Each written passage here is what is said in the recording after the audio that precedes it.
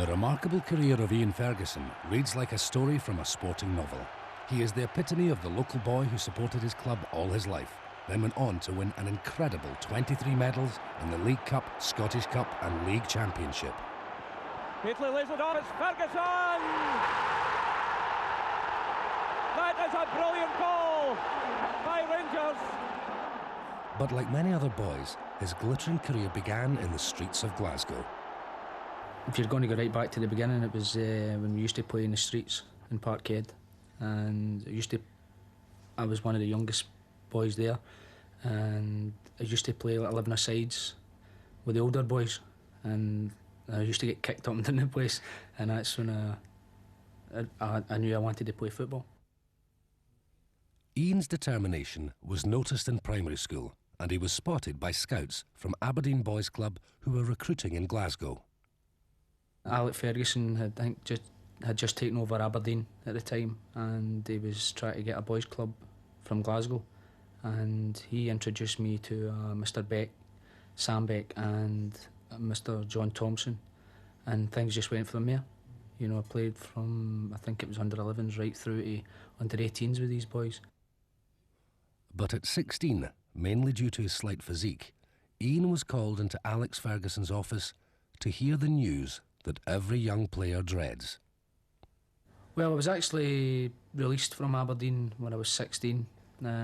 Alex had, he was good about it. He's got decisions to make, and just said I wasn't up to the standard what he was looking for, and I just got on with it. You know, there's no use crying about it, and come back down to work in Durham Moors as a van boy, and also in the factory, and they had run a football team, and it was a man called Dougie Liddell who actually recommended me to Mr Dunn, who was I think he was a director at the time with Clyde, and Mr Dunn came and watched us, and he told me to report to Shawfield Stadium to meet Mr Craig Brown, and that's how it came about.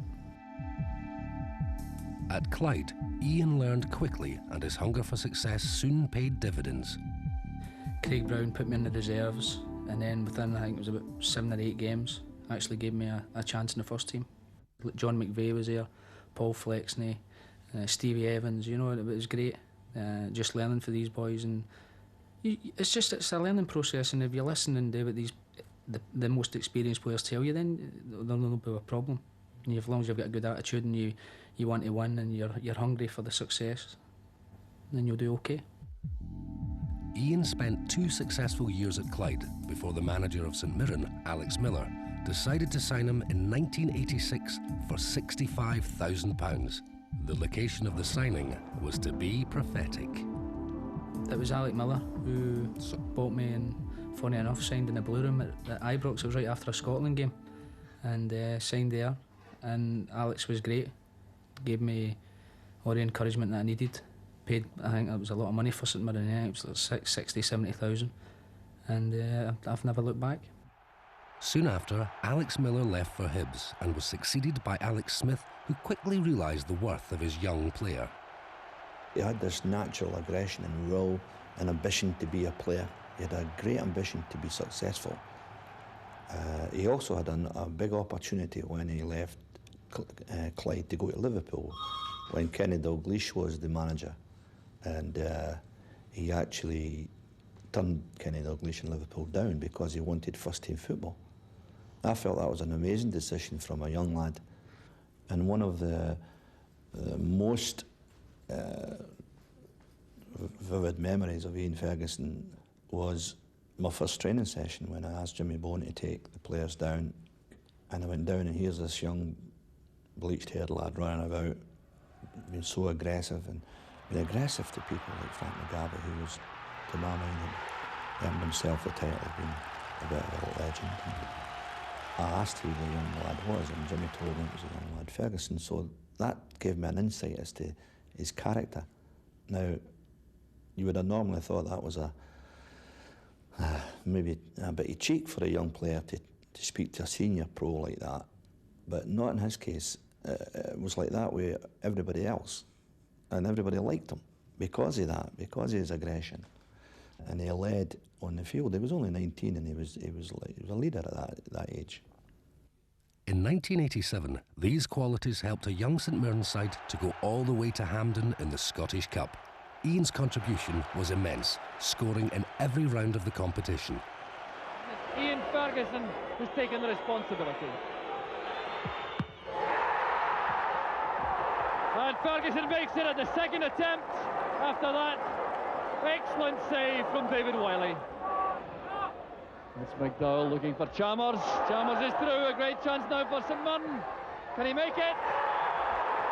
Yes! Paul Chalmers with the third for St Mirren. And just look at the jubilation of these St Mirren players. Natural left foot. There's Ian Ferguson. He's away from Henry Smith. Great chance for St Mirren. Brilliant play from Ferguson. St Mirren are in the lead. His contribution to that game was immense. The goal he scored, for instance, he struck the ball from a very acute angle into the net with his left foot. And again, it was his determination to score and his skill, of course, which was coming out more and more every game he played. And in that particular game, it was a tremendous finish, and it set us up to go on and win the game, actually. St Mirren's opponents in the final, Dundee United, had proved their ability by reaching the final of the UEFA Cup that season. Few people gave the young Paisley side, who fielded 5 19-year-olds, much chance of victory.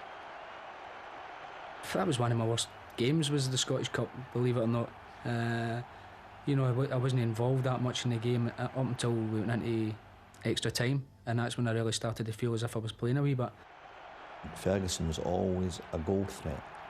Him and McDowell could put the best defenders under immense pressure. They never gave them a minute. They were a vital factor in the winning of that competition. Now Ian Ferguson will try the shot. He does! A look of anguish on the face, and you can hardly blame him. He did very well.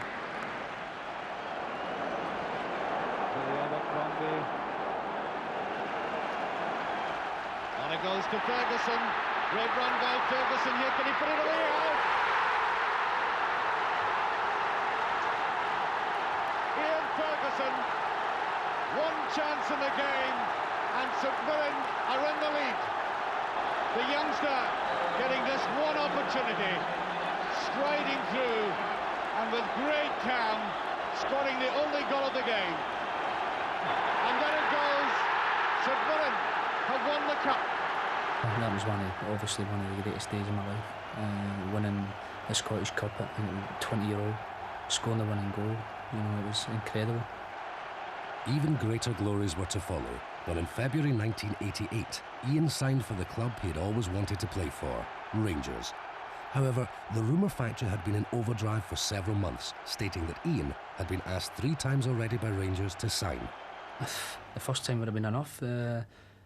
When speculation came about for me to join Rangers, it was I think it was the Daily Record and the Sun, and I went in and asked Alex Smith, and he said that it was just paper talk, so I just got on with it.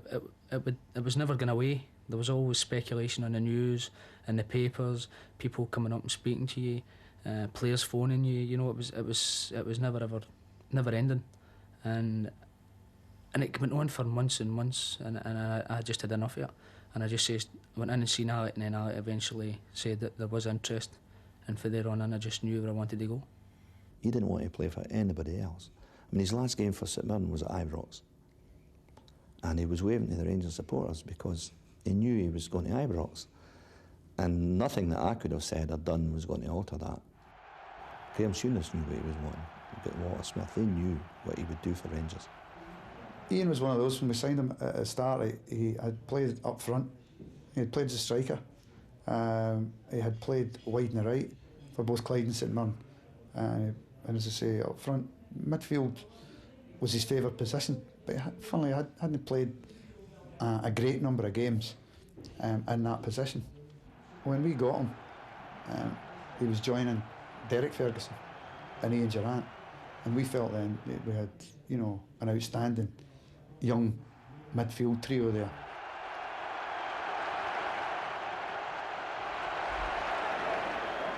To Cooper, that's great goal.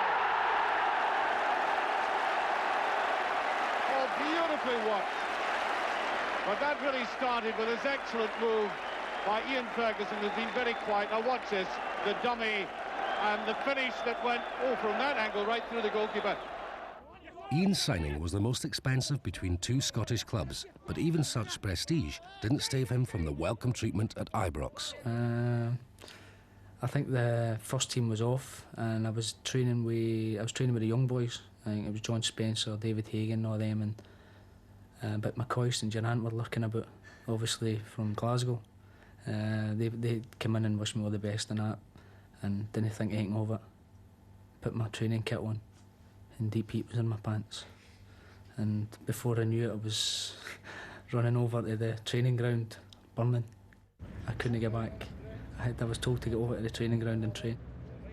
And then you come to Ibrox, this big, massive stadium with 50,000 people sitting in it. You know, it was overwhelming. It was absolutely incredible.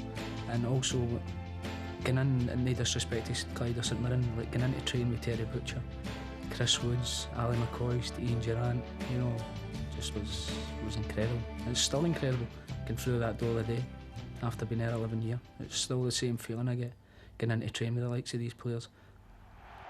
Rangers lost the league in 1988, but Graham Souness was determined that the Ibrox side would fight back to their rightful place as Scotland's premier team.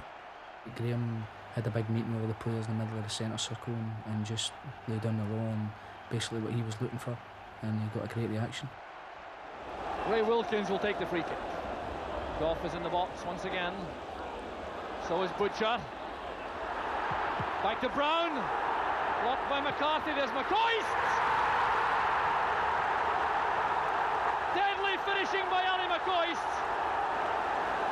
Goff and Butcher have gone up.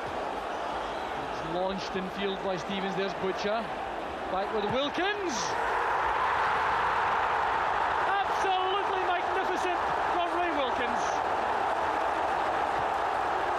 10 minutes to half-time, and a goal which Ray Wilkins will never have bettered in an illustrious career. It's headed on by Rogan. Here's Durant retrieving it for Rangers. McCoist nods it on, an awkward one for Andrews. And the ball is in the net. It's a goal for Rangers. Durant takes the credit, but it's a disaster for Ian Andrews. Breaks off Ian Ferguson to McStay.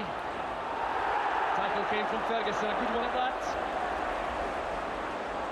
Winkle turning straight into Wood. McCoist to Walters. Walters now facing McCarthy. Getting in a fine cross. Kevin Winkle! Walters to Winkle. It's 4-1 to Rangers.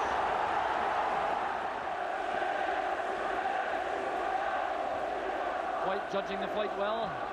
There's Brown. Taken in trouble as Ali McCoist. Down he goes this time at Walters. Mark Walters makes it 5. That was nice. I always remember an interview with Tommy Burns after it, and he just says, "Thank God it wasn't 7." And I think that's when Graham realised. You know, I thought Graham thought it was nice coming on as if he were taking the mick, like just passing the ball about and running over the ball and leaving it in dummies, and he thought that was great, and the crowd would play to that. For about me, Coisty, Bomber, Girani, we were all raging.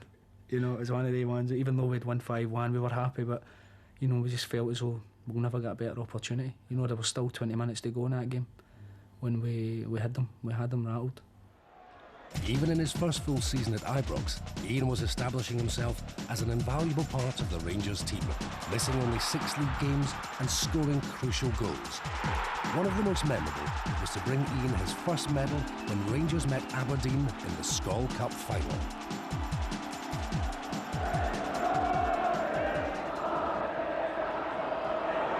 Ferguson was a brilliant goal.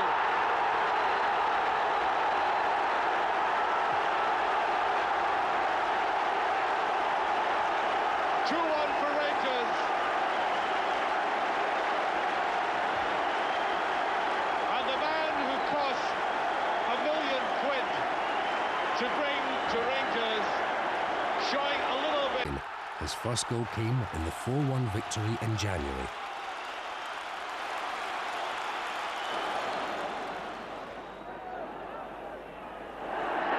Ferguson with the shot, is there?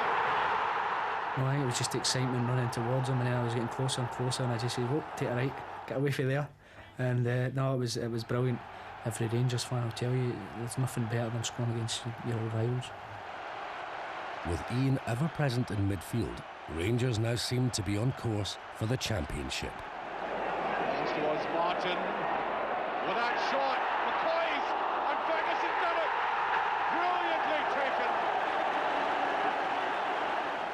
By April, the final games of the run-in were crucial. Remarkably, Rangers had not won at Parkhead for 9 years, but that, thanks to Ian, was about to change. There's Ferguson with a shot. Oh, it's a brilliant one. And he's gone in. It's a second for Rangers. A superbly struck free kick there.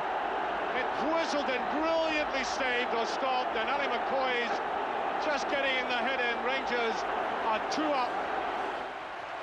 However, that result did not ensure the championship, and Rangers were determined not to lose sight of their goal. Back to Ian Ferguson! A special from Ferguson, and Rangers go in front.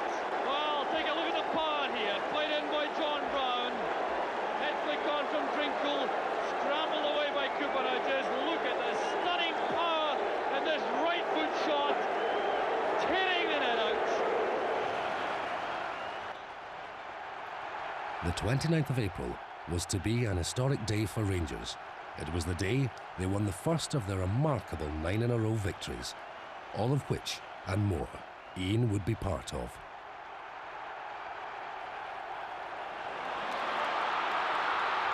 Another great Ranger, John Brown, signed for Rangers 1 month earlier than Ian and still recalls the effect the 20-year-old had on the team. If you were playing in the same team as Fergie, he would keep you on your toes because he's a moaner, and sometimes you say, sick of the sight of that guy, he's always shouting, but it's not just the moaning, it's the encouragement, it's come on, let's keep working away, and he'll do it for 90 minutes. And we had a group of boys then that got on to each other, but to channel it in the right way, and Ian was that type, and always felt playing at the back, and when you had him in the middle of the park, that it made my job easier. It was a combination of the two Fergusons. Just look at this for an inventive pass from Ian Ferguson. It split the Aberdeen defence wide open. Derek Ferguson going through, and that finish leaving Snelders without a hope. And towards Weir. Here's Houghton. Keith Houghton for Hibs. After the first 2 games of season 89-90, Rangers fans found their team in an unbelievable position, bottom of the Premier League. Already the media were calling it a crisis. You've got to keep winning at Rangers, and that's something that's been drummed into us from day one with Graham and Walter. You've got to keep winning. You're 2 games away from a crisis here, and it's true. I like to think that I took it in my stride, you know. I just felt as though we would always come out it, and we did. And the team just went on from strength to strength from there on in. Butcher waits. There's Butcher! Butcher for Rangers! 5 minutes gone! A dream start for Rangers! Here's John Brown. John Brown, oh, great goal! Connor not too decisive with the clearance. Here's Walters. Testing and teasing the Aberdeen defence. 1-0 to Rangers. We had a fantastic squad. It was at that time mainly a British squad. A lot of Englishmen in the team, and you know the attitudes you get with the British type player. And there was a great camaraderie with the boys and willingness to work hard. That was the main bit that I felt. That attitude paid dividends, and after a disappointing beginning to the season, Rangers went on to win the title by 7 points from Aberdeen, with Celtic finishing 5th. And there it goes. Rangers are the champions. That season also saw a major change for Rangers when Graham Souness signed Mo Johnson, who had been prematurely paraded at Parkhead as Celtic's latest acquisition. Boris Johnston with a great chance. He gave 100% from day one, and you know, and that for me was enough for me to show that he wasn't just coming for money. He wasn't wanting to just swanny about and then, you know, go away. But he was a big part of us winning the league one year because he scored really important goals for us, and it was accepted quite quickly, I think. Rumours from the terraces said that Morris would never score against Celtic. That was disproved in spectacular fashion in a momentous match in November. Johnston, and he scored! I think it was on the 86th minute or something. I had no energy to go and chase him. Everybody was chasing him into the corner flag. But for me, I just went on my knees and I just looked at the Celtic fans, and it was, you know, it was incredible. It was brilliant to hear the noise and the sound and seeing everybody chase me more. But I just looked at the Celtic fans with a big smile, and it was brilliant. But Ian's happiness was undermined by his own problems the following season. In many games, he simply seemed to be unfit. Doctors were unable to find a cause. Many fans thought that Ian was simply not performing to Rangers standards. And I know from experience, being booed and being, you know, jeered and whatever, there's nothing worse for a player. That is the most hurting thing that can happen to a player, is your own kind, or your own supporters going against you. Eventually, Ian's illness was traced to a viral problem. He'd been ill for many months, but despite that, Graham Souness had stuck by his player. Oh, he was good. Even though I was hurting, it was hard, and he kept saying to me, you know, you've got to get through this. It's a virus. You've been checked for this. There's nothing really that serious wrong. But I was running for about 10-15 minutes, and after that, I was no good to the team. I was dead. Rangers were playing with 10 men. Ian eventually returned to full fitness, but Rangers had lost Graham Souness to Liverpool. For new manager Walter Smith and Ian Ferguson, the last games of the season were crucial. This was a goal which depended on the courage of Ferguson. Well, they've been putting on the pressure in the last couple of minutes, and Tom Cowans decides to throw it long. So United head that gets there, but that's a brave header. Remarkably, Aberdeen had eaten away Rangers' lead, and the championship would be decided when both teams played on the last day of the season. The atmosphere was incredible. You went out to your warm-up, the fans were singing and dancing. It was just an incredible feeling. You just knew, I knew that week that we weren't going to get beat. And I don't know why, I just always knew we weren't going to get beat. That's good play by Stevens. Ryan Grant's header. And a fine first-time effort by Ferguson. Such power in that right foot. Headed away by Wright, only as far as Ferguson. But it was well taken by Ian Ferguson on his weaker foot, the left. Interception made by Wright. Here's Ferguson.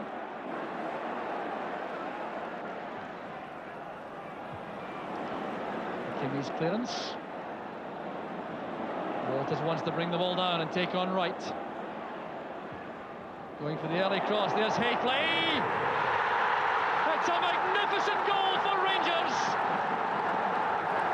Despite being decimated by injuries, Rangers had shown their true grit and won their third championship in a row, giving Ian Ferguson another medal for his growing collection.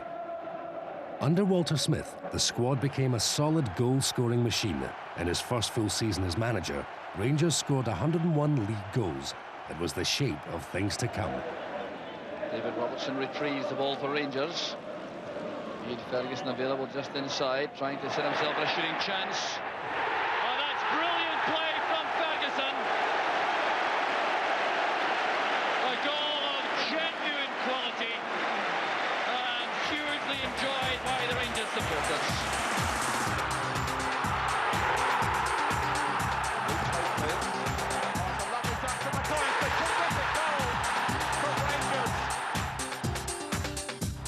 Stummy allows Gordon to take over. That's a great effort by Gordon. And by Hateley. Also on the line for Coyce in the inside right position. Here's Brown going all the way himself. That settles it.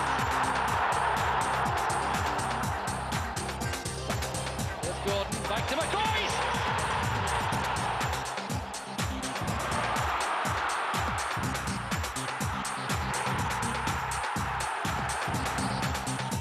In for Gordon, there's John Brown! Back it comes to Stevens! 2-0 to Rangers! Here's Hazley in the clear, it's a great chance for Rangers. Hazley against Bonner. Brilliant play from Hazley! I think Fergie and myself are pretty much similar. You know, I think we're people's players. Not a lot of flair, but we get the job done. I mean, he puts his foot in, I put my foot in. You know, but you get the job done because you can rely on Ian. Ian, you know what you're going to get from Ian. You know you're going to get a solid performance. He's never going to pull out of a tackle, especially in an old firm game. You know, so you know, but that's what you get. You know what you get from Ian, and that's why he's been successful at Rangers. That success continued through the next season, which many still regard as one of Rangers' best. The magnificent 5-in-a-row year when they swept the board in all 3 domestic tournaments. It wasn't a team that if you went one down, you're like, oh, God, we're in trouble here. You just knew we would create chances, and that's what we did. And you knew Hateley and McCoist would be there, one of them to put it away. And it was just, you went out in the park knowing that you were going to win. You just knew you were going to win. Took this kick, but he's made a marvellous start to the game apart from his goal. Nice little touch there by Dale Gordon to Ian Ferguson. That's a good cross. Hateley's in there. Houstra! Peter Houstra makes it 2-0 to Rangers.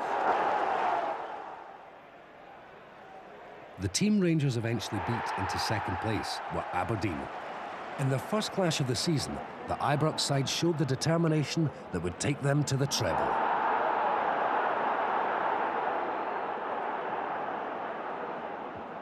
Headed away by Goff, only as far as Aitken. And Ryakin scores a sensational goal for Aberdeen. It took something special to open them up, and so far Rangers showing no signs of doing that. Now the fans getting more behind them. John Brown still well forward, chests it down to Durant. Mikhailichenko, Durant. Oh, wonderful goal by Ian Durant. Person. Now it's Durant. Good ball through to Ali McCoist, who's onside. McCoist! 2-1 to Rangers! Ian's first medal that year came when Rangers again met Aberdeen, this time in the Skol Cup final. Oh, that's good play by Stuart McCall. Nice little dummy by Durant. Ferguson getting the ball at his right foot. Oh, it smacks off the post. Well, Ian Ferguson hitting a tremendous shot there, but it was some delightful play as well. It all began with McCall getting the ball to Durant, a lovely little dummy there, and then Ferguson with a right foot shot. Snell doesn't have the hook with it at all, and coming back off the post. So that's a good clearance by Stephen Wright. McCall plays it to McCoist, to Durant. Some lovely close play here by Rangers.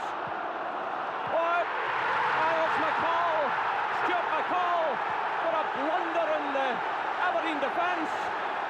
Even if we went behind, the spirit in the camp was tremendous, and we felt as though we'll just keep churning out results. And we got the victories. Maybe the performances weren't great, but the attitude in the squad was great, and that kept us going. And I think every team that season felt, well, wait a minute, we've scored against Rangers, they're going to come back. And we had a group there that were exceptional for about an 18-month period. That team went on an incredible 44-game unbeaten run. But many people forget that the 3-foreigner rule was in place, making them one of the finest squads made up of mainly Scottish players in the club's history.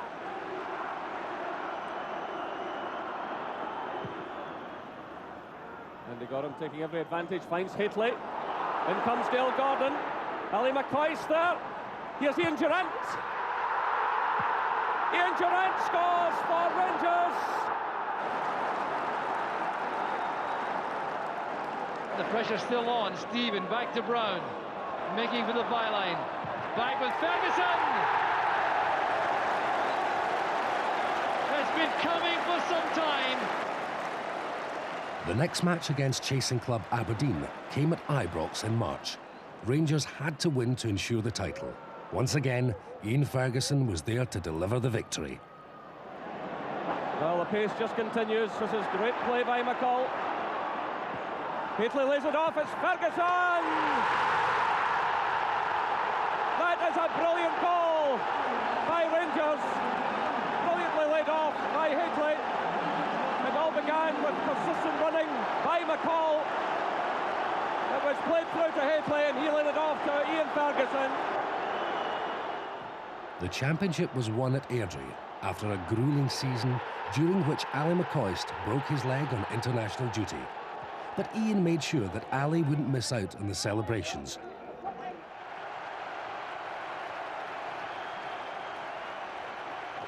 Rangers had won an historic treble, and for Ian it was an emotional event, as it gave him the chance to fulfil a promise he made in 1988. I had never been in the trophy room since I joined Rangers, and I says to them the only way I would go in is if we had the 3 cups in. And when you consider all the players in the past that went into that room, and you see all the medals and the cups, incredible as well, brilliant.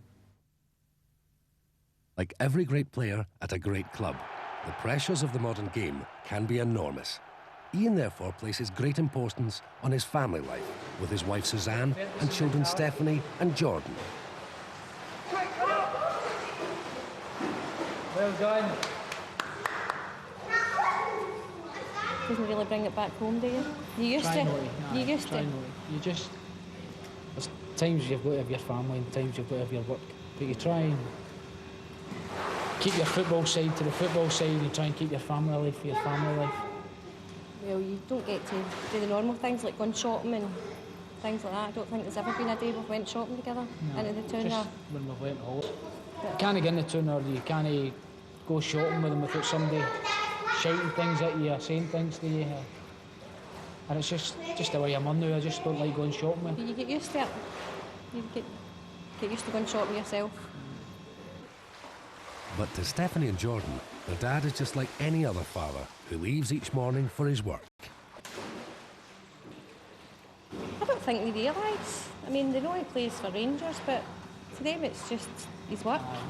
They don't realise what Rangers actually is just now. They just think it's football. And they don't realise how big Rangers is.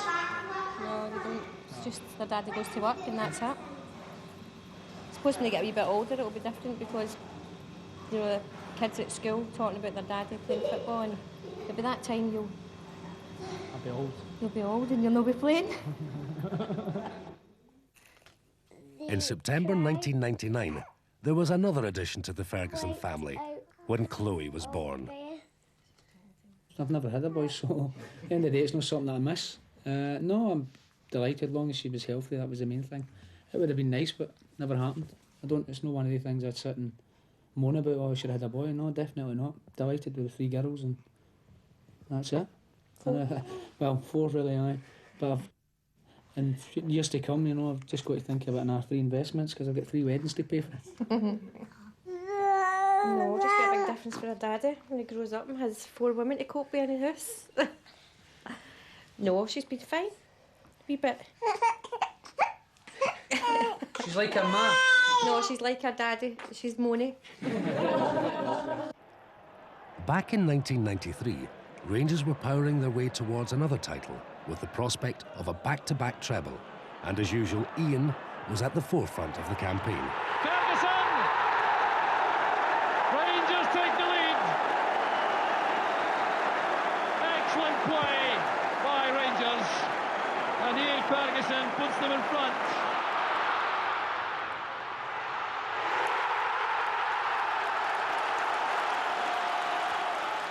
Quickly gets a touch. This is Mikhailichenko. And the chance on here for Ferguson! And Ian Ferguson gets Rangers the lead. In the League Cup, Ian had scored in every round. In the quarter-final against Aberdeen, he was determined to continue that success. A corner kick to Rangers. Scramble away to the edge of the area.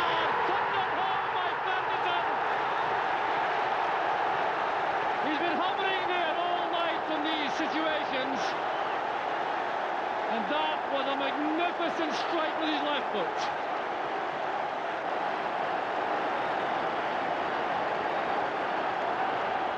Well, this is goal number 4 of the season for Ian Ferguson, and he'll never hit the ball more sweetly from that position. His weaker foot, would you believe it? Infringement. This is McCall. Now Hateley. Durant to Ferguson. Superb play by Rangers. Closed down by Slater. Race here. Durant with Galloway. Bit of wrestling there by Durant, was that? Hateley scores for Rangers.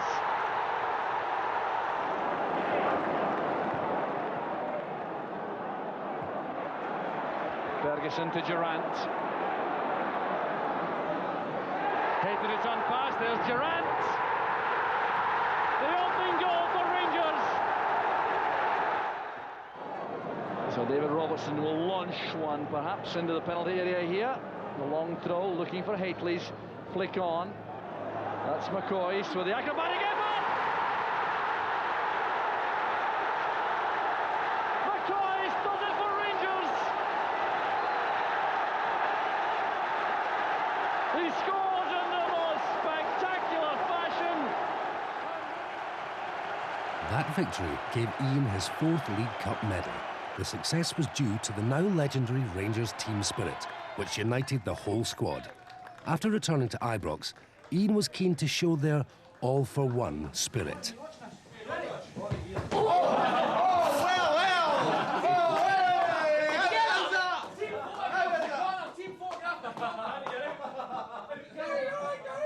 By now, Rangers and Ian Ferguson were always spoken of in the same breath. He had earned a reputation as a solid midfielder, but he never considered himself a hard or dirty player. People say to me, oh, you try and hurt the man. But if you go back to your footage and see anything, you can find one bad tackle and me try to hurt a man. I've chucked football. I've always went for the ball and always tried to be fair for the ball. But, you know, people say, oh, he's high, he does this and he does that and he doesn't go for the ball and that's what annoys me. I've never seen Fergie going over the ball. So, he's a hard player to play against, but that's the position he plays. If you look, all the best players in the world, you know, your midfielders, the ones that work their tail off, all graft and make sure they win the ball, then, you know, that is in their makeup. That's what managers want. Fergie had that in abundance. Tell you what, he's one of the first you'd want in your team. I feel in football, if you fear a player and you fear it, then he's if he does something good against you, you start to hang off him. But if you're in there tackling him and getting the ball and winning the ball, that gives you the upper hand, I feel anyway. And that's the way I was. I didn't like getting in fearing anybody. I just went in and tried to, I wouldn't say bully them, but try and intimidate them a wee bit more than what they would me. That attitude and hunger to win is a hallmark of the great players who played in the light blue jersey. It gave the club its momentum and passion, driving it on to win championship after championship.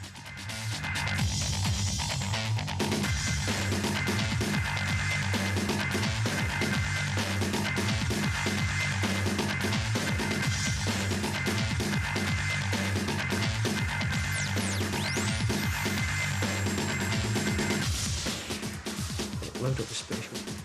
Loudrup would terrorise defences, full-backs, whatever. You know, he had the free roll, whether he could go in the middle or go wide.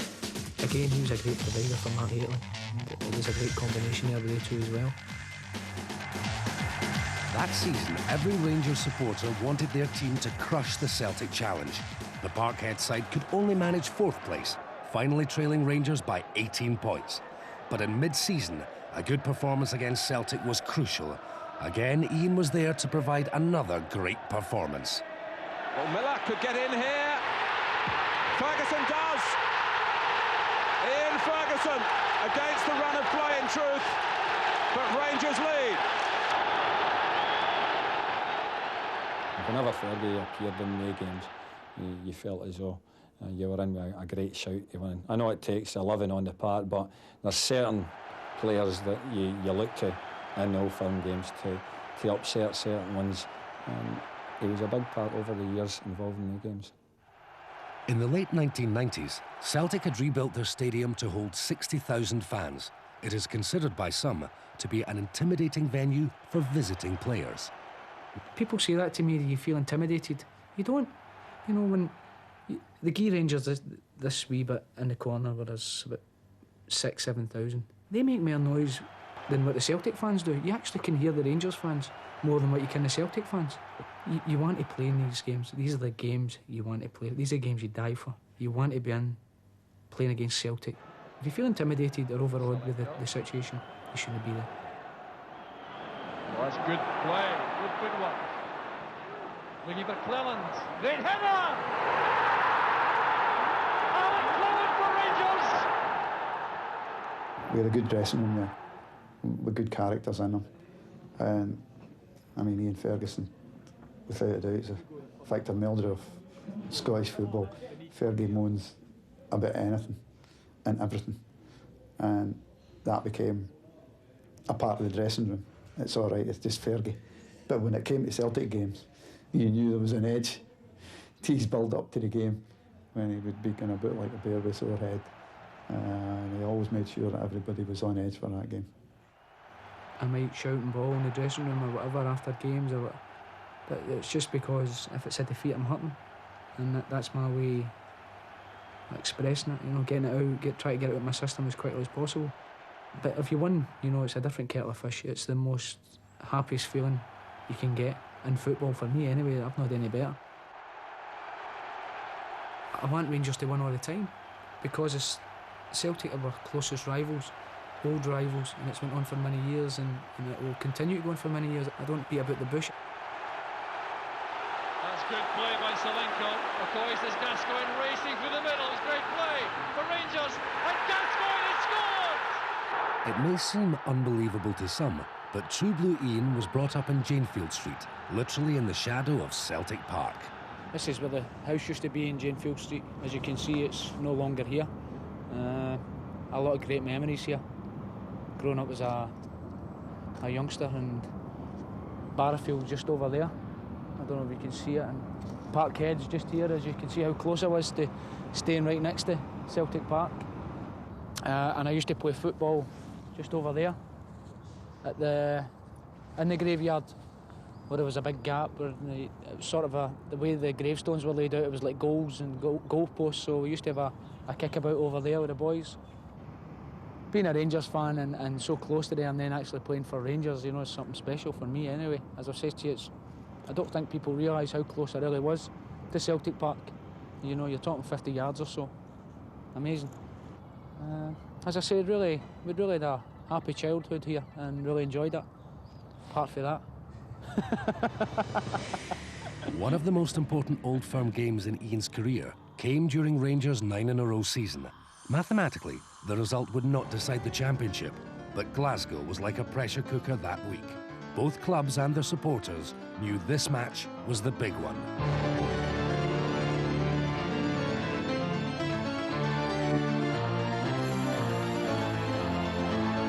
At that point, they had a chance.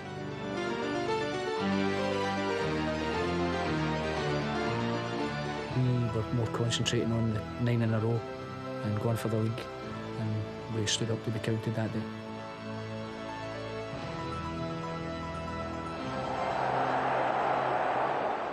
William Durant coming through, the goalkeeper's off his line.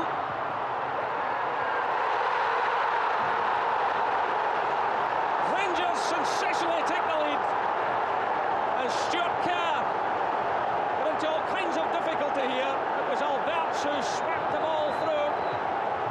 It was Haitley with the Nori.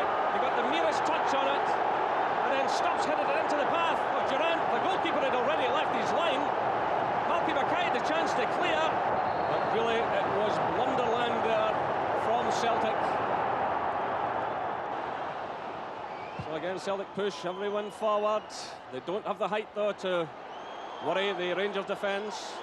The final whistle sounds, and that wraps it up for Rangers. The historic 9th title in a row was finally won at Tannadice, when at last the club could celebrate their great victory. Miller's cross is a good one, that hits Laudrup. It's a classic from Laudrup. Oh, getting a 9. For me, they could never bring that back up to us again. Singing the 9 in a row songs, and even they still try this one, we got it first. It doesn't matter. It doesn't matter. We've equalled it. It doesn't matter when you get it. We've done it, and that's what counts. It meant everything to me. The presentation, the League Championship trophy to Richard Goff of Rangers. The following season brought the end of an era when manager Walter Smith and many key players who had been through everything together left the club. That was really an emotional day. As I said, we knew it was the end of an era.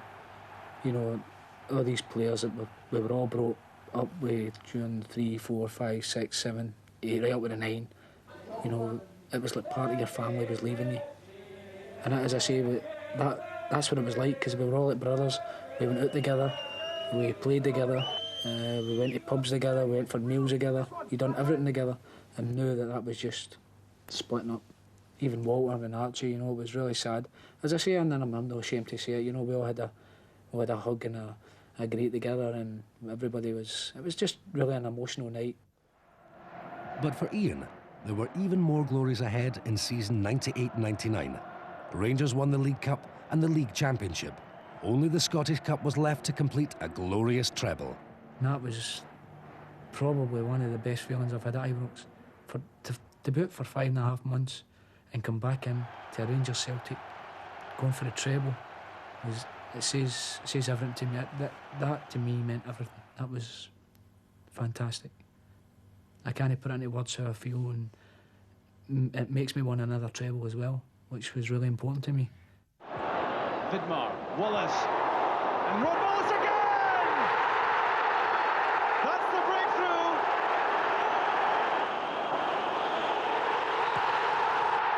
The final whistle goes.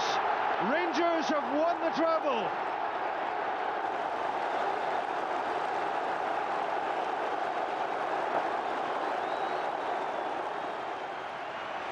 In July 1999, Ian was awarded a testimonial match at Ibrox to mark his contribution over 11 years to the success of Rangers.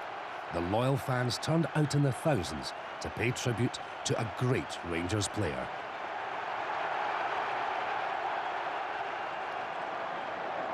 Ian Ferguson, can he have a shot at goal? Looks for the 1-2, Moles, left foot, curls it through, and went against the thigh of Steve Bold, but drives it only as far as Barry Ferguson. Ferguson going forward. Can he find a shot? He's been credited, tries a shot at goal, he scored! It's Ferguson Jr. who opens the scoring in Ibrox, and what a pitch it was too! The testimonial, it's a great honour, and it's one of the biggest honours I'll get in my career, and a privilege to be honoured with this club, to get a testimonial. You know, when you consider the players that I've had them over the years, absolute honour for me. I can't say any more. That honour was awarded not only for Ian's loyalty to Rangers, but for the skills he brought to his midfield position, which are underestimated by many. I feel at times that he could have achieved much more if he would have been used in a more creative role than the role he was asked to do with Rangers. The Rangers used him on many occasions as a ball winner, but he was also a very, very good footballer. But Rangers always had people like Graham himself, Ray Wilkins, Gascoigne. Really big players who played in there. So Ian had to be a supporting player to these type. They well went on and become as good, if not better, than one or two of them. I take my hat off to Fergie. He's seen it out. He had critics, as Ali McCoy's had in his early stages, but McCoy is one of the all-time heroes at Ibrox, a legend, and Fergie is too. And he deserves to be with the amount of games he's played and the things he's won. And to win all these medals, I've always said he's got that winning mentality.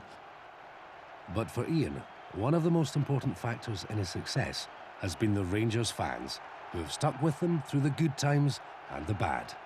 You appreciate these boys when you win things for these people. It really, and when you see the joy in their faces, you know, and it's incredible. They're so happy over the moon, and it's just nice. I kick at it. You just can't put into words what it means to these people. And I know, because I've been a Rangers fan and I've seen Rangers lift cups. Finally, in January 2000, like so many great players before him, Ian left Rangers for the last time. It was quite an emotional day, actually. I went away on Sunday to collect my boots because I knew I wouldn't go back. But it was hard. I must admit, that was the saddest moment when I was collecting my boots. And I'm glad, in a way, that there was nobody there. Just went in, picked them up, had a wee look about, and then obviously disappeared. But, you know, as I said, there's a lot. I've got a lot of good friends there, you know, and I'll go back and see them, you know, right for the top, right down to the bottom. His new home was Dunfermline, where in his second game, he showed that he'd lost none of his hunger for success.